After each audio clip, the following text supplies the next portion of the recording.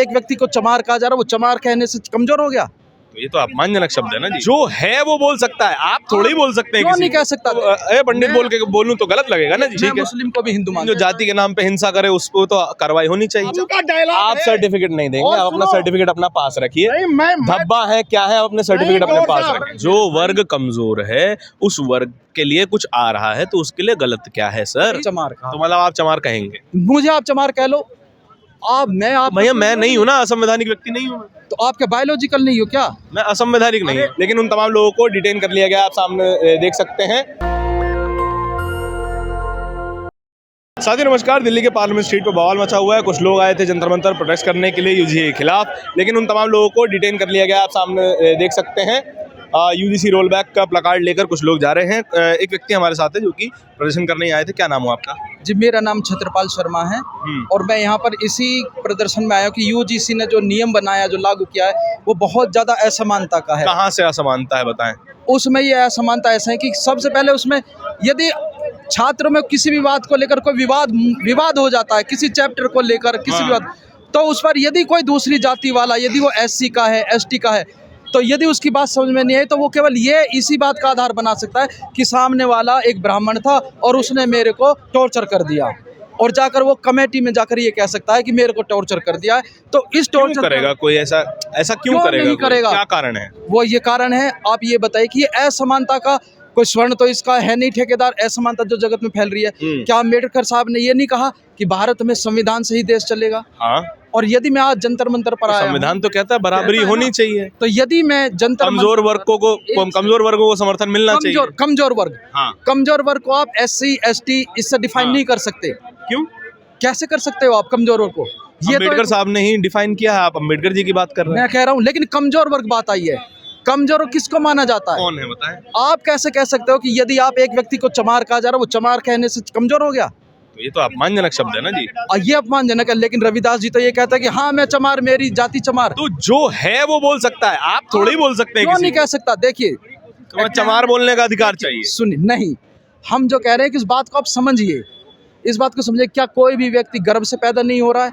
संतों की यदि बात आप लेकर चलते हो तो वो तो कह रहे हैं भाई हर व्यक्ति चाम का ही तो है। हाँ। चाम से ही पैदा हो रहा है, चर्म ही तो रख खाल ही तो पैदा, इसको उन्होंने कहा। लेकिन आपने उसी बात को ये मान लिया कि ये मेरे को चमार कह दिया कि भाई इस पे एससी एक्ट लगाओ। नहीं बोलना चाहिए ना भाई। आपकी भावना क्या है? आपकी भावना क्या डिपेंड करती है? क्या अपमानजनक तरीके से बोलना तो गलत है किसी को? बिल्कुल गलत। मैं गलत तरीके से आपको पंडित बोल के बोलूं तो गलत लगेगा ना जी। गलत लगेगा। तो हम इसी चीज का विरोध करना है कि आपने इसको बगैर कारण देखे हुए सिर्फ एक जाति के आधार पर उस जांच की जाएगी। और भी कुछ लोग हैं, उनसे बात कर लेते हैं। भैया सर, आपका क्या नाम है? आप भी इसी में शामिल थे?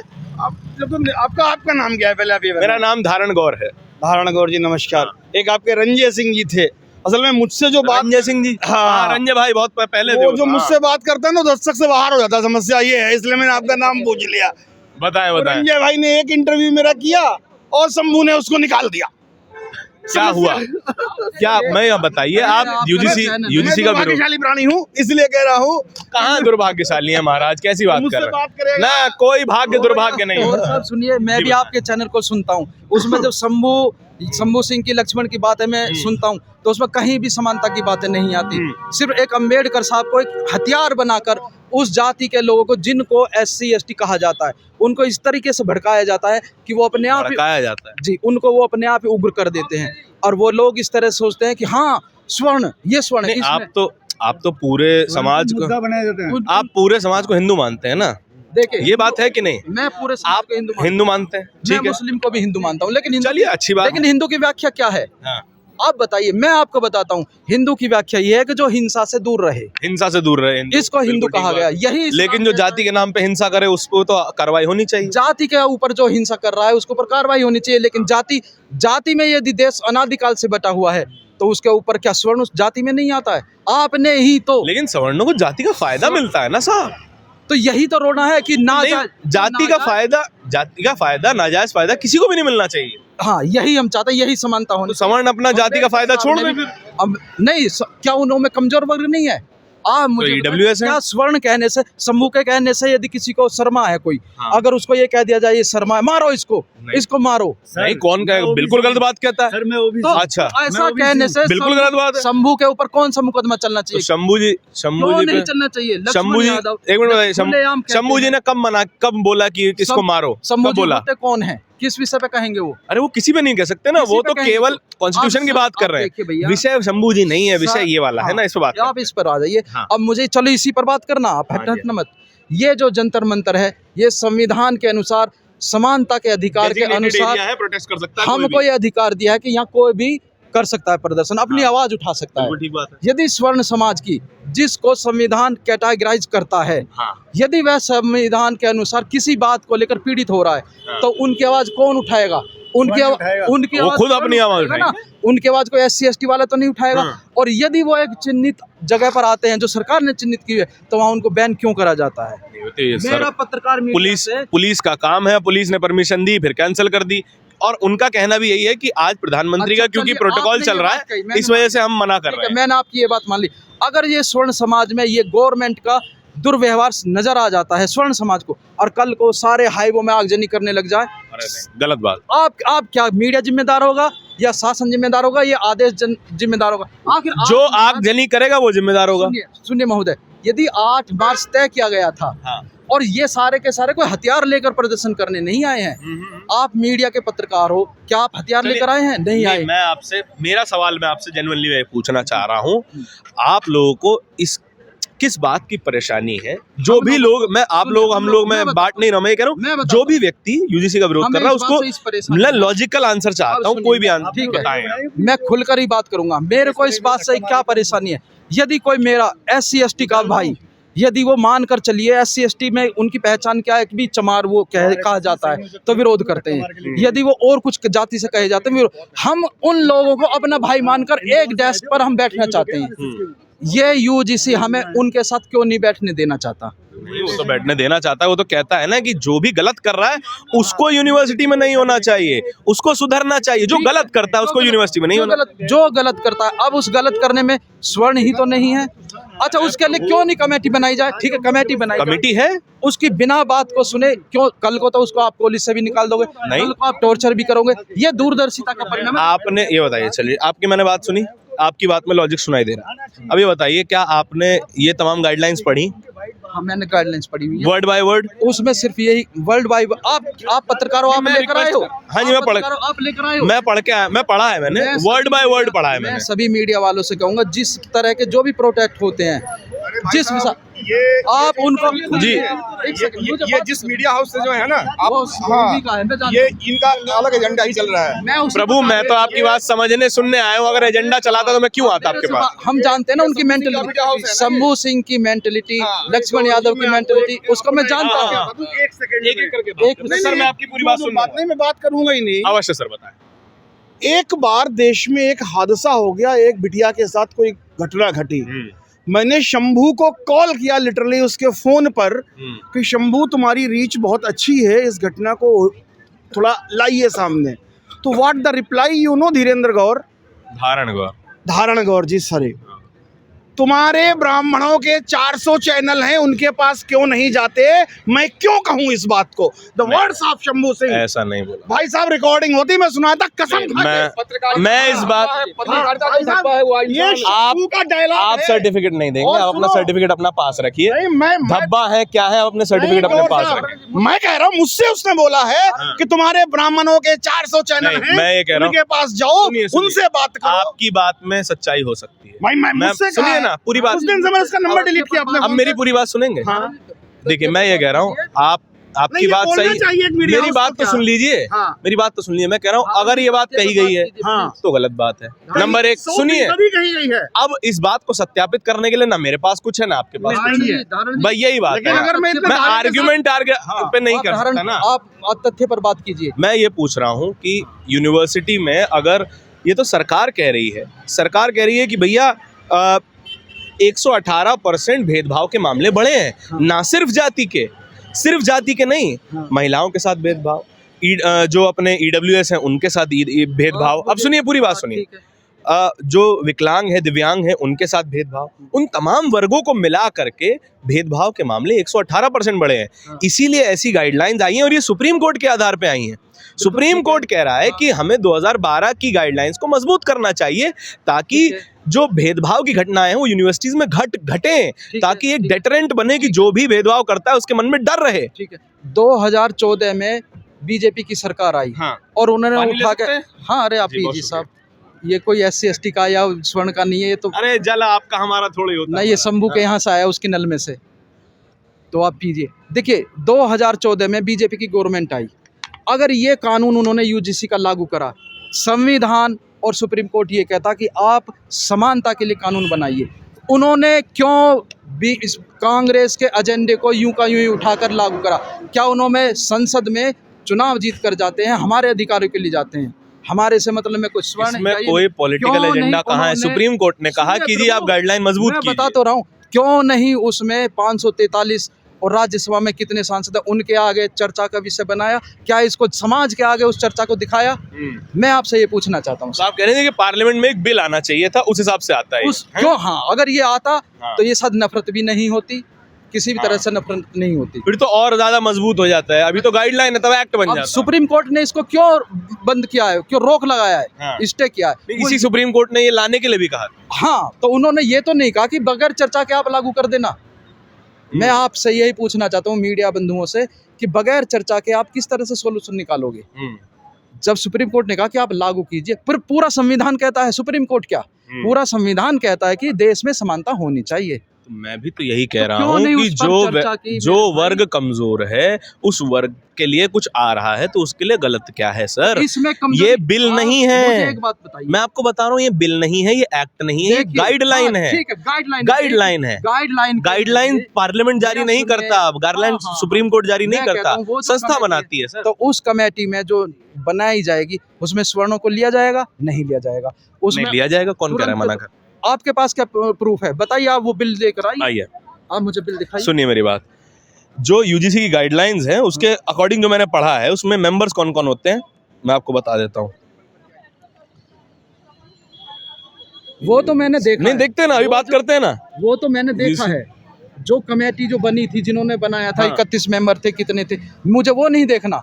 मुझे ये देखना है कि जितने भी कॉलेजों में UGC अगर लागू होता है तो क्या उन्होंने स्वर्ण का अधिकारी बिठाया जाएगा? हाँ, ऐसा नहीं कहा, ऐसा बिल्कुल नहीं कहा। 10 मेंबरी कमेटी होगी। क्या सुन आप- लीजिए ना, मैं आपको बता रहा हूँ प्रभु, 10 मेंबरी कमेटी होगी। उसमें मैंडेटरी मेंबर कौन कौन है? एक SC, एक ST, एक OBC, एक महिला, एक EWS और एक विकलांग दिव्यांग। ये मैंडेटरी होंगे, ये होने ही होने चाहिए। बाकी जो मेंबर है उनके बारे में कुछ नहीं कहा गया है। वो किसी भी समाज के हो सकते हैं, वो न्यूट्रल व्यक्ति होंगे। क्यों हो सकते? अब सुनिए मेरी बात, मैं आपसे यही, अब मेरी बात यही मुद्दा है। आगे सुनिए ना। हाँ। अब उसका अध्यक्ष कौन होगा? अध्यक्ष होगा चांसलर होगा, उस कॉलेज का प्रिंसिपल या फिर यूनिवर्सिटी का वाइस चांसलर। बिल्कुल। वाइस चांसलर 45 सेंट्रल यूनिवर्सिटी हैं। 45 सेंट्रल यूनिवर्सिटीज में से 5 यूनिवर्सिटी के जो चांसलर हैं वो OBC हैं, एक ST है, एक OBC है। ठीक। बाकी बचे 38 यूनिवर्सिटीज के जो चांसलर हैं वो सवर्ण समाज के हैं। ठीक है। तो फिर ये आप कैसे कह सकते हैं कि वहाँ पे सवर्ण नहीं होंगे? मैं यहाँ 38 की नहीं कह रहा, जहाँ कमेटी बनेगी किसी कॉलेज में, हर कॉलेज में, हर यूनिवर्सिटी में तो बनेगी। क्या वहाँ 38 स्वर्ण रखे जाएंगे? मैं आपसे ये 38 सवर्ण क्यों होने चाहिए? मैं आपसे यही तो पूछ रहा हूँ। तो फिर उसको बगैर किसी बात के आप कैसे अपराधी घोषित करते हो? भाई भैया मैं आपसे आर्गुमेंट, यही है प्रभु मैं आपसे ये पूछ रहा हूँ, आप सवर्ण समाज के मेंबर्स होंगे, ये कोई मना नहीं कर रहा है, सवर्ण समाज के मेंबर होंगे वहां पर, कौन मना कर रहा है? जब वाइस चांसलर सवर्ण है तो वो अन्याय कैसे करेंगे? बात को बताइए, जो चीज पहले से ही गलत कानून के आधार पर जिसका बेस बना दिया गया हो, आप उसको सही क्यों? महिलाओं के खिलाफ अपराध में पुरुषों को गलत माना जाता है। कोई, अरे क्या आपके घर में आपकी माँ आपको थप्पड़ मार देगी, आप उसके खिलाफ कानूनी कार्रवाई करोगे? नहीं, तो आप क्यों? लेकिन किसी महिला, लेकिन मेरी किसी कही हुई बात का सुनिए, ना आपके साथ कोई महिला खड़ी है, आप उन्हें हाथ लगाएंगे? अगर लगाते हैं तो, मैं ये नहीं कह रहा आप लगाएंगे ही लगाएंगे, मैं कह रहा हूँ मान लिया आपने छुआ, आपने गलत तरीके से छुआ, तो आप पे कंप्लेंट होनी चाहिए ना। अगर आपने छुआ तो सुनिए पूरी बात ठीक है प्रभु, ठीक है, महिलाओं टेंशन में कह रहे हो? मैं ये कह रहा हूँ किसी भी इंटेंशन में, मान लीजिए आपने इस तरीके से छू दिया या किसी गलत इंटेंशन से छू दिया, ठीक है, मैं ये नहीं कह रहा कि आप छू ही सकते हो, मैं ये कह रहा हूँ अगर छू दिया तो आपके खिलाफ कंप्लेन होनी चाहिए। मैं क्या होनी चाहिए कि नहीं होनी चाहिए, आप बताएं। आप मुझे ये बताइए, अगर किसी ने गलत मैं इंटेंशन के आपका- साथ किसी मैं महिला आपका को माइक छूने की कोशिश की है तो उसके साथ कंप्लेन होनी चाहिए कि नहीं होनी चाहिए? मुझे ये बताइए, चर्चा करते करते यदि मैं आपके माइक को छेड़ देता हूँ तो मेरे खिलाफ तो कंप्लेंट होनी नहीं। चाहिए। सारे मीडिया को इकट्ठा होकर मुझे मारना चाहिए। वो इंटेंशन नहीं, इंटेंशन मैं जिस तरह से आप बात करो, आप मेरा माइक छीनने की कोशिश करें तो आप पे होने चाहिए। नहीं छीनूंगा, क्योंकि ये अधिकार मेरा है ही नहीं। ये आपका नहीं है। अगर आप अपनी मोरालिटी से पूरी दुनिया थोड़ी चला सकते हैं। उसके लिए तो पहले ही संविधान में आईपीसी वगैरह बनी हुई है। हाँ। आप उसको वहाँ क्यों लागू कर रहे हो? आप नहीं, यूनिवर्सिटी के लिए इक्विटी कमेटी भी है, इक्वल अपॉर्चुनिटी कमेटी भी है। नहीं, ये राइट नहीं है। इक्वल अपॉर्चुनिटी कमेटी ये राइट नहीं है कि दो तरह के कानून एक साथ अलग हो जाएंगे। फिर तो मुसलमान भी ये कहेंगे मैं तो इस्लाम वाला हूँ, उर्दू में ही बात कीजिए, और यदि शंभू नहीं, कौन हिंदी में कहेगा? बात करेगा तो इसका कत्लेआम कर दीजिए। किस मुसलमान ने कहा? मैं तो कहता हूँ ये कानून आज तक बन जाएगा। अगर मुसलमान ये कहने लग जाए, भैया आपसे यही तो कह रहे हैं कि भेदभाव मत कीजिए। अच्छा, मैं ये कहता हूँ, मैं आपसे सिर्फ ये कह रहा हूँ कि आप हिंदी में बात कर रहा हूँ। हाँ, हाँ। मैं समानता की बात कर रहा हूँ, इस्लाम ही रहेगा, और भाई मैं उर्दू चाहता हूँ। हाँ। अगर यदि कोई आदमी उर्दू नहीं मानेगा उसका कत्लेआम करा जाए। भाई मैं ये कह रहा हूँ कि आप भेदभाव करना क्यों चाहते हैं? क्योंकि आप भेदभाव मत करें ना। मैं ये चाहता हूँ कि वो मुसलमान हो जाए।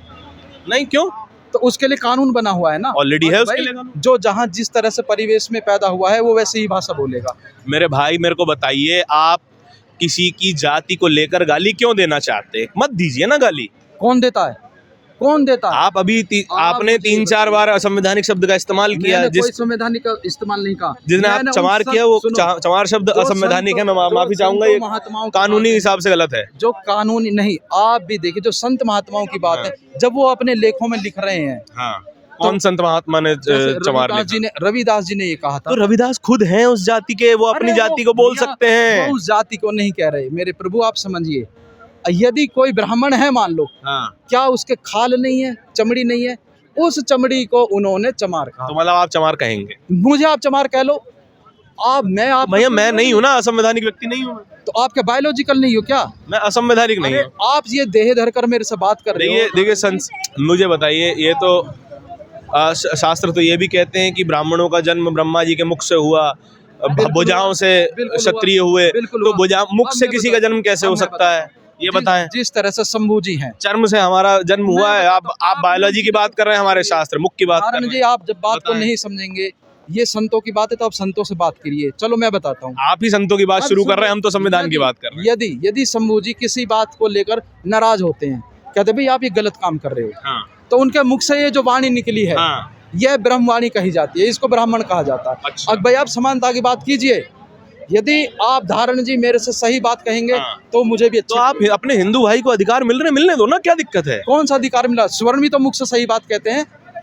स्वर्ण भी तो मुख से सही बात कहते हैं। कौन से वो गलत बात कहते हैं, मुझे ये बताइए। तो भैया जो सवर्ण गलत करेगा तो उसके मुंह से सही बात नहीं होती। बिल्कुल नहीं, अगर कहेगा नहीं होगी। मैं कह रहा हूँ तो कहेगा ही कहेगा, मैं ये नहीं कह रहा हूँ। मैं अगर कोई भेदभाव करेगा तो उसको तो जेल होना चाहिए, उसको तो सजा मिलनी चाहिए। कॉलेजों में भी यदि आप भेदभाव की बातें कर दोगे तो फिर आपको ये लगता है कि भेद हो रहा है, इसको मिटाना है। फिर महिलाओं के लिए भी कानून है, वो खत्म करवा दीजिए। मेरी बात सुनिए। फिर ये वाला वर्ग जो स्वर्ण वर्ग आपको ये लगता है, तो फिर ये वाला वर्ग कहाँ जाए पढ़ने? सर मैं ये कह रहा हूँ, आपको यूनिवर्सिटी में आने से रोक कौन रहा है? आप आइए। आज आप ब्राह्मण समाज, क्षत्रिय समाज बहुत ज्यादा है यूनिवर्सिटीज में, चैनल के ज्यादा है। मैं तो चैनल के माध्यम से ये कह रहा हूँ कि जब ये यूजीसी का चुनाव ये लागू ही कर रहे हैं, तो स्वर्णों को यदि आप अपराधी ही मान रहे हो, बोलने पर कौन कह रहा है अपराधी हो? सुन तो लीजिए, बीच में सर गलत बात बोलनी ही क्यों है? मैं आपको कह रहा हूँ। आप आंसर भी सुनिए। तो फिर इस यूजीसी में भारत सरकार स्वर्णों के लिए अलग कॉलेज बना दे, अलग हॉस्पिटल बना दे, अलग स्कूल बना दे। गलत क्यों बात है? किस लिए गलत बात? मतलब आपको इन यूनिवर्सिटीज में तुम तो ये जो मर्जी आए वो बोलना है। यदि धारण हरे रंग की कमीज पहन कर आया है, तो आप तो ये कहो कल हरे ही कमीज पहन के आनी है। तो नहीं, मैं तो नहीं कहूँगा। तुम्हारी मेंटेलिटी का मुझे क्या पता, क्यों नहीं कहोगे? मैं तो नहीं कहूँगा। क्यों नहीं कहोगे? आप कहोगे। मैं तो आपको भी कुछ गलत नहीं कहूँगा। आप कह रहे हैं कि मेरे पास निरंकुश, मैं ये कह रहा हूँ, आप कह रहे हैं कि तमाम बच्चों के पास निरंकुश अधिकार होना चाहिए बोलने का। तथ्य पर आ जाइए। जब ये 2014 में लागू किया है उन्होंने, और आज 2023 में इन्होंने 2014 में कहाँ लागू किया? 13 फरवरी को 26 में लागू किया है, हाँ। जनवरी को। तो क्या उससे पहले इन्होंने संविधान में इस पर डिबेट करी थी, चर्चा करी थी? गाइडलाइंस हैं, बिल नहीं है। नहीं तो इसको गाइडलाइंस पे चर्चा नहीं होती है, बिल्स पर होती है। ये कह दे कि भाई ठीक है, ये हमने पुरानी सरकारों के आधार पर एक इस तरह को हमने लागू करने की कोशिश की, लेकिन इस पर विरोध आ रहा है। गाइडलाइंस पे चर्चा नहीं होती, बिल्स पर होती है। आप मैं मास्टर आपको मत करेक्ट बनिए, कर रहा हूं। आप ना एमपी बनिए ना वो बनिए, आप भी एक नागरिक हैं। मेरी बात सुनिए, पार्लियामेंट में ये कह दिया जाए कि ये जो बिल आया है, मेरे को इस बिल से ऐसा लगता है राष्ट्रपति बोले, ये राष्ट्रपति ने कानून, ये सब कुछ राष्ट्रपति के ही जरिए जाता है। राष्ट्रपति ये बोला कि मेरे देश में असमानता की बात बन रही है, मैं इसको बिना चर्चा के, पार्लियामेंट मेरे 2 अंग हैं, हाँ। इस पर जब तक चर्चा नहीं होगी मैं इसको लागू नहीं करूंगी। राष्ट्रपति महोदय कह दें। मैं अपने दर्शकों से बात कर लेता हूँ इस मामले में। बिल पर चर्चा होती है, गाइडलाइन पर नहीं होती है। इस पर थोड़ा सा क्लैरिफिकेशन होना चाहिए। एक संस्थान जो कि यूनिवर्सिटी ग्रांट कमीशन है, विश्वविद्यालय अनुदान आयोग, वो कहता है कि अगर आपको हमारे अंडर अपनी मान्यता बनाए रखनी है तो हमारी गाइडलाइन माननी होंगी। तो उसमें गाइडलाइन से बदलाव किए गए हैं। गाइडलाइन ये कह रहा है कि भैया जिस भी विश्वविद्यालय में एक ऐसी कमेटी नहीं होगी जो कि भेदभाव से जुड़े हुए मामलों पे जांच करेगी, चर्चा करेगी, उसके बाद कोई कार्रवाई करेगी, तो उसकी मान्यता हम रद्द कर देंगे। वो यूजीसी कह रहा है, वो ये नहीं कह रहा है किसी बच्चे को बाहर निकाल दिया जाएगा या फिर किसी पर कानूनी कार्रवाई होगी। इस पूरे बिल में कहीं पे भी कानूनी कार्रवाई की बात नहीं लिखी गई है। कोई पनिशमेंट नहीं है, कोई भी फिलहाल के लिए कोई भी फाइन नहीं है, किसी भी तरह का नहीं है। अगर इसमें दोषी पाया जाता है, पूरी जांच के बाद, तो फिर वो एक सज़ा रेकमेंड कर सकती है, उसके अलावा कुछ नहीं कर सकती है कमेटी, जहां तक हमारी जानकारी है। बाकी जो पढ़ के हम समझे हैं, बाकी जो व्यक्ति समझे, खैर हर किसी के पास अपना विरोध करने का अधिकार है, जो कि होना भी चाहिए। सवर्ण समाज को गलत लग रहा है तो वो विरोध कर रहा है, किसी एक समाज को सही लग रहा है तो वो विरोध नहीं कर रहा, समर्थन कर रहा है। ये जो चर्चा है, हम समझाने की कोशिश कर रहे थे आपको कि आखिर ये जो विरोध हो रहा है वो क्यों हो रहा है।